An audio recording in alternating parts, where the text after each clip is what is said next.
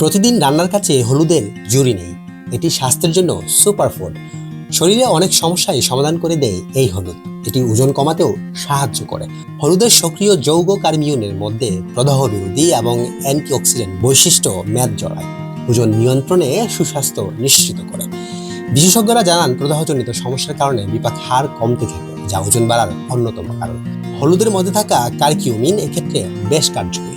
এটি একটি anti inflammatory উপাদান, যার মাধ্যমে প্রদাহ নাশ হয়। কাঁচা হলুদ খেতে চাইলে কুসুম গরম পানিতে 1 চিমটি হলুদ এবং গোলমরিচ মিশিয়ে খেতে পারেন। আবার স্মুদি বানালে সেখানেও সামান্য হলুদ মিশিয়ে নিতে পারেন।